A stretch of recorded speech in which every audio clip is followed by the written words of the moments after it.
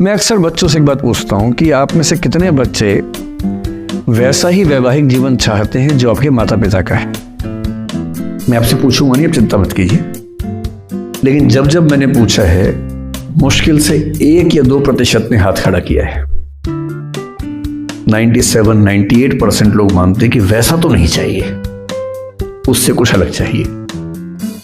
क्योंकि हम सब जानते हैं कि हमारे माता पिता भी, हमारे समाज के बाकी लोग भी बहुत समझौते करते हैं ताकि बच्चे अच्छा जीवन जी सके। आप भी करेंगे समझौते, सबको करने पड़ते हैं। यह है कि आप समझौते शायद उतने नहीं करेंगे जितने आपके माँ बाप ने किए होंगे, उनके माँ बाप ने और ज्यादा किए होंगे। हर पीढ़ी कम समझौते करती है, ये समाज के विकास का एक तरीका होता है। पर ऐसा होता है कि आप एक ऐसे रिश्ते में आप छोड़ भी नहीं सकते, जी नहीं पा रहे, छोड़ सकते नहीं, क्योंकि आप तो छोड़ देंगे, आपके चक्कर में कईयों की जिंदगी दांव पे लग जाएगी। कैसे छोड़ दें? 3 छोटे छोटे बच्चे हैं, नौकरी है नहीं, वो माँ अपने पति से रोज प्रताड़ना झेलती है, बुरी बातें सुनती है, उसके पास कोई सिक्योरिटी नहीं है, वो बच्चों को नहीं छोड़ सकती, बच्चों को लेके कहाँ जाएगी, क्या करे? टॉक्सिक रिश्ता है। तो ऐसे में या तो आप रिश्ता छोड़ते हैं कि हर किसी से संभव नहीं होता, पर यदि वो संभव नहीं है तो रिश्ते में रहते हुए चिंताएं छोड़ दीजिए, अपेक्षाएं छोड़ दीजिए। भाई तेरी अपनी जिंदगी, मेरी अपनी जिंदगी, एक घर में रहेंगे पर रोज युद्ध नहीं करेंगे, बीपी नहीं बढ़ाएंगे, शुगर नहीं बढ़ाएंगे, तनाव नहीं बढ़ाएंगे। तुम्हारा अपना स्पेस, मेरा अपना स्पेस, ठीक है, एक छत के नीचे है, काम चला लेंगे, किसी और को नहीं बताएंगे, दुनिया के सामने अच्छी अच्छी फोटो खिंचवाते रहेंगे स्माइल कर करके चेहरा, पर कम से कम बच्चे सफर ना करें, परिवार सफर ना करे, जी लेंगे, झेल लेंगे। और ऐसे माहौल में साहिर ने जो कहा था ना, उसी कविता की कुछ पंक्तियां बड़ी महत्वपूर्ण हैं कि बर्बादियों का सोग मनाना फिजूल था, कि बर्बादियां हैं जीवन में, पर ठीक है, कितना दुख मनाएंगे, अब है तो है, क्या कर सकते हैं। बर्बादियों का सोग मनाना फिजूल था, बर्बादियों का जश्न मनाता चला गया। और फिर अंत में इतनी सुंदर बात कहते हैं, गम और खुशी में फर्क न महसूस हो जहां, मैं दिल को उस मुकाम पे लाता चला गया।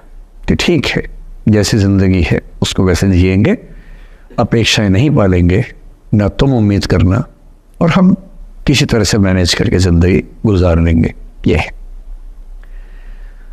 अंतिम जो आपके जीवन में समस्या हो सकती है, करियर को लेके हो सकती है कि आपने कुछ करियर दिमाग में रखा हुआ है, ठान लिया है कि आईएएस बनना है या कुछ बनना है।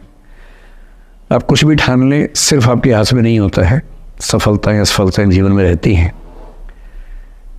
10-11 लाख लोग आईएएस का फॉर्म भरते हैं, 5 लाख आईएएस का एग्ज़ाम देते हैं, 1000 का सिलेक्शन होता है। हर एग्ज़ाम में घुमा फिरा की ही स्थितियाँ होती हैं। पॉलिटिक्स में, स्पोर्ट्स में, बिजनेस में, हर जगह कंपटीशन इतना है। सफल होने की जितनी संभावना है उससे कई गुना संभावना विफल होने की हर क्षेत्र में है। सफल नहीं हो पाए तो क्या करेंगे?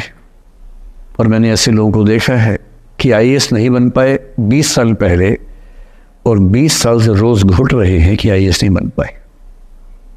रात दिन यही ख्याल होता है कि आईएएस नहीं बन पाए, या पीसीएस नहीं बन पाए, या कुछ खास सोचा था जो नहीं कर पाए। तो मैं आप लोगों से निवेदन करूंगा कि यदि आपकी आर्थिक पृष्ठभूमि ऐसी नहीं है कि जो बहुत मजबूत हो, तो हमेशा एक बैकअप ऑप्शन जिंदगी में लेके चलिए। किसी करियर को दिमाग पे इतना हावी मत होने दीजिए कि वो नहीं मिलेगा तो कुछ नहीं होगा।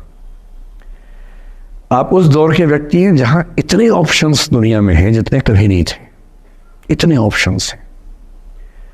बस एक ठीक ठाक सा व्यक्तित्व बना लीजिए, एक ठीक ठाक सा कॉन्फिडेंस रखिए अपने ऊपर, और यदि आपके पास बेसिक स्किल्स हैं, भाषा की, चिंतन की, समझने की, कैलकुलेशंस करने की, प्लानिंग करने की, स्ट्रेटेजाइज करने की, और मेहनती आप हैं, मैं गारंटी से कह रहा हूँ कि इस दुनिया में कंपटीशन नंबर्स में बहुत ज़्यादा है, कायदे का कंपटीशन नहीं के बराबर है। बहुत मजबूत लोगों से आपको भिड़ना नहीं पड़ता है। भिड़ते हैं 5 लाख से, पर उन 5 लाख में कुछ ही हैं जो भिड़ने लायक है। इतना कॉन्फिडेंस रखिए, जैसे कहते हैं ना कि हम भी दरिया है, हमें अपना हुनर मालूम है, जिस तरफ भी चल पड़ेंगे रास्ता हो जाएगा। इतना भरोसा अपने ऊपर रखिए कि ठीक है, ये नहीं तो कुछ और करेंगे, वो नहीं तो कुछ और करेंगे, लेकिन कुछ ना कुछ बढ़िया कर लेंगे। और उस बढ़िया करने की शुरुआत कॉलेज की ज़िंदगी से होती है। उड़ान सोसाइटी संभाल लेंगे, निष्ठा संभाल लेंगे। अभी मैडम ने बताया कि 80 सोसाइटी से बताई, इसके में 60 बताई। 60 सोसाइटीज़ हैं, किसी सोसाइटी का हिस्सा बन जाइए। ये सोसाइटीज़ का हिस्सा बनने का असली पर्पस क्या है? इसी बहाने एक्सपोजर मिलता है, आप कुछ करते हैं, मंच पे आते हैं, लोगों से मिलना जुलना होता है, स्किल्स डेवलप होती हैं, और अंत में जो जीवन में काम आता है यही स्किल्स काम आती हैं। और यदि वो स्किल्स हमने डेवलप कर लिए, और वो स्किल्स पढ़ाई से नहीं आती हैं, जो क्लासरूम के अंदर की पढ़ाई है वो सबसे कम महत्वपूर्ण चीज़ होती है कॉलेज में। कॉलेज में सबसे ज़्यादा महत्वपूर्ण है ये अपॉर्चुनिटीज़, लोगों से बात करना, कुछ ऑर्गेनाइज करना, कहीं फेल होना, कहीं पास होना, वो सब करते रहिए। और मैं दावे से कह रहा हूँ कि इस दुनिया में कंपटीशन कहने के लिए ज़्यादा है, दरअसल ज़्यादा नहीं है। पूरी बात का सार ये है कि किसी की भी ज़िंदगी फ्लैट नहीं होती है, उसमें कर्व्स आते रहते हैं, ऊंच नीच सबकी ज़िंदगी में आती है। मैंने भी कम नहीं झेली है, आज मैं यहाँ खड़ा हूँ ऐसे नहीं खड़ा हूँ, कुछ तो झेला ही होगा, मैंने भी ठीक ठाक झेला है। जिस उम्र में आप मौज मस्ती करते हैं, मैंने उस उम्र में कैलकुलेटर बेचे हैं। मैं सेल्समैन रहा हूँ 17 की उम्र में, और मैं बिजनेस फैमिली से नहीं हूँ। बिजनेस फैमिलीज में बच्चों को 17 में काम पे लगा देते हैं। मैं तो नौकरी पेशा परिवार से था, कुछ समस्याएं थी तो सेल्समैन बन के घर घर में जाके बेचना पड़ता था। तौहीन भी होती थी, लोग धिक्कारते भी थे, मजाक भी उड़ाते थे। वो समझे ना है, अपना खर्चा 17 की उम्र से खुद उठाया है, क्योंकि घर में दिक्कत थी। तो क्यों मांगू मैं घर से पैसे भाई, जब मुझे पता है कि मेरे घर में दिक्कत थी उस समय, क्यों मांगू? आपकी ज़िंदगी इस दुनिया के करोड़ों अरबों लोगों से बेहतर है, कुछ एक लोगों से खराब है। केवल उन कुछ एक पे ध्यान मत दीजिए, उन करोड़ों पे भी ध्यान दीजिए जिनसे अच्छी आपकी ज़िंदगी है। और इतनी कुव्वत आपके अंदर, आप इस देश के सबसे अच्छे विश्वविद्यालयों में से एक, दिल्ली विश्वविद्यालय के सबसे अच्छे कॉलेजेस में से एक हंसराज कॉलेज में विद्यार्थी हैं। ये मजाक नहीं है, आप इस देश के एलीट हैं, एलीट। इस कॉलेज और यूनिवर्सिटी का नाम बोलते ही कितने बंद दरवाजे खुल जाते हैं, आपको अंदाज़ा नहीं है, आगे जाके समझ में आएगा। बस इतना करना है कि जब जब ज़िंदगी नीचे की तरफ जाए, थोड़ा सा हौसला बना के रखिए। कुछ ही दिन की बात होती है, हर चीज़ कुछ ही दिन की होती है। बहुत अच्छे वक्त में और बहुत बुरे वक्त में एक ही वाक्य कॉमन याद रखिए, कुछ दिनों की बात है, ये वक्त गुजर जाएगा। बहुत अच्छा हो तब भी ध्यान रखना है, आदत नहीं बनानी। बहुत बुरा हो तब भी ध्यान रखना है, ये सब खत्म हो जाएगा। सोशल मीडिया पर ट्रोलिंग आजकल का एक नया सच है, जो आप लोग बड़ा मुश्किल होता है जब झेलते होंगे। आपने एक फ़ोटो अपलोड की, कोई लाइक ही नहीं कर रहा, आप बार बार देखने घूमोगे लाइक किया कि नहीं किया। दोस्तों को फ़ोन करें, लाइक कर, तो लाइक कर, तो भी लाइक कर, चल 5 लाइक करवाए, 8 लाइक करवाए, नहीं लाइक हो रहा। फिर आपने कुछ ऐसा बोला, किसी ने उसकी छोटी सी क्लिप काट के चला दी, और आप अचानक सबकी नज़रों में किरकिरी बन गए। गालियाँ पड़ रही हैं, आलोचनाएँ हो रही हैं, लाखों लोग फतवे जारी कर रहे हैं आपके ऊपर। इतनी बेचैनी होती है इस दौर में। पहले के दौर में ये नहीं था, आपने कहीं कुछ बोला, ख़त्म हो गई बात। अब किसी ने रिकॉर्ड कर ली, सोशल मीडिया पे आ गई, ख़त्म ही नहीं हो रहा। राइट टू बी फॉरगॉटन हमारे देश में है नहीं, और प्रैक्टिकली संभव भी नहीं है। कैसे आप उसको अप्लाई करेंगे? आप कभी ना कभी कुछ ऐसा बोलेंगे, या तो गलत बोलेंगे, या उसमें से कोई क्लिप कोई काटेगा। इतनी गालियाँ पड़ेंगी और पहली बार जीना मुश्किल हो जाता है। मैंने आज से 7-8 साल पहले 1.5 साल तक एंग्जाइटी की दवाइयाँ खाई हैं, जबकि मैं बहुत ही मस्त वाला किस्म का आदमी हूँ, मैंने खाई हैं।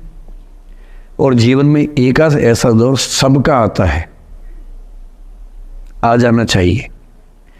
जब जीवन में एक आध बार ऐसा हो कि सारी दुनिया पीछे पड़ गई है, बहुत दिक्कत होगी, घबराहट होगी, बेचैनी होगी, एंग्जाइटी होगी, डिप्रेशन होगा, सब कुछ होगा। लेकिन एक बात ध्यान रखना, मेरी इस बात को ध्यान रखना, वो पहली और आखिरी परीक्षा है, उसके बाद कभी नहीं होगा।